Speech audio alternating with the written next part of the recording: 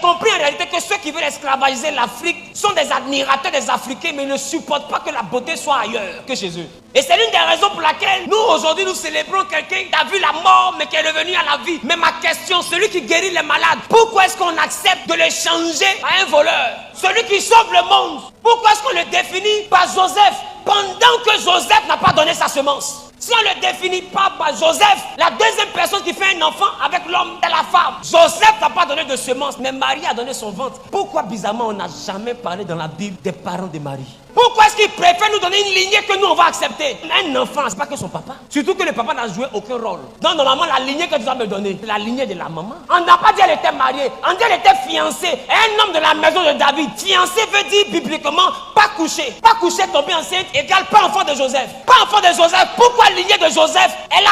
On fait quoi ça, généalogie? Moi je fais quoi ça? Moi c'est la généalogie de Marie qui m'intéresse. Oh, Marie est lévite. Et je vous ai dit que parmi les lévites, il y avait les descendants de Moïse. Oh, Moïse était quelqu'un qui a marié une Éthiopienne qui était noire. Parmi les lévites, il y avait des noirs. Et ce que vous ne savez pas, la Galilée était le territoire où les métis avaient été repoussés. Donc les Galiléens étaient reconnus à cause de leurs apparences. Un peu comme le monde des Libanais. De père libanais, de mère ailleurs, tu es ailleurs. On place un Libanais de Soussur et ils vont choisir le Libanais de Soussur. Ils n'ont jamais parlé de son thé. Et Esaïe vous a prévenu. Esaïe dit, il n'avait rien pour attirer vos regards. Rien pour vous plaire, mais pour plaire à qui? À la société dans laquelle il est né. Pourquoi il ne leur plaît pas? Parce qu'il n'avait pas leur couleur.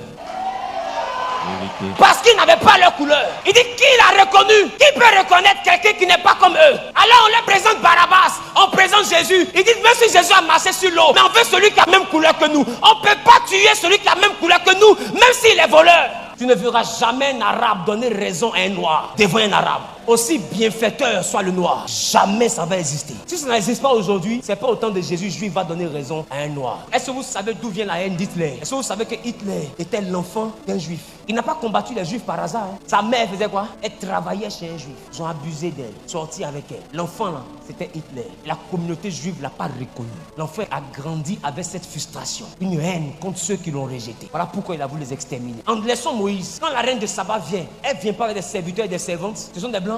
Quand elle est mariée Salomon, eux ils font quoi? Ils vivent la chasteté. Ça veut dire que le mariage de Salomon a introduit un autre bonnet noir dans les... Et c'est parce qu'ils n'avaient rien pour leur plaire que quand ils ont mis celui-ci est le roi des Juifs, ils disent faut enlever. Parce qu'il ne peut pas être notre roi. Donc il faut voir. C'est comme si toi, deux blancs se mettent ensemble, ça donne un bébé noir. Et puis la femme veut dire à son mari qu'elle n'a pas trompé. Est-ce que je parle à quelqu'un? Amen.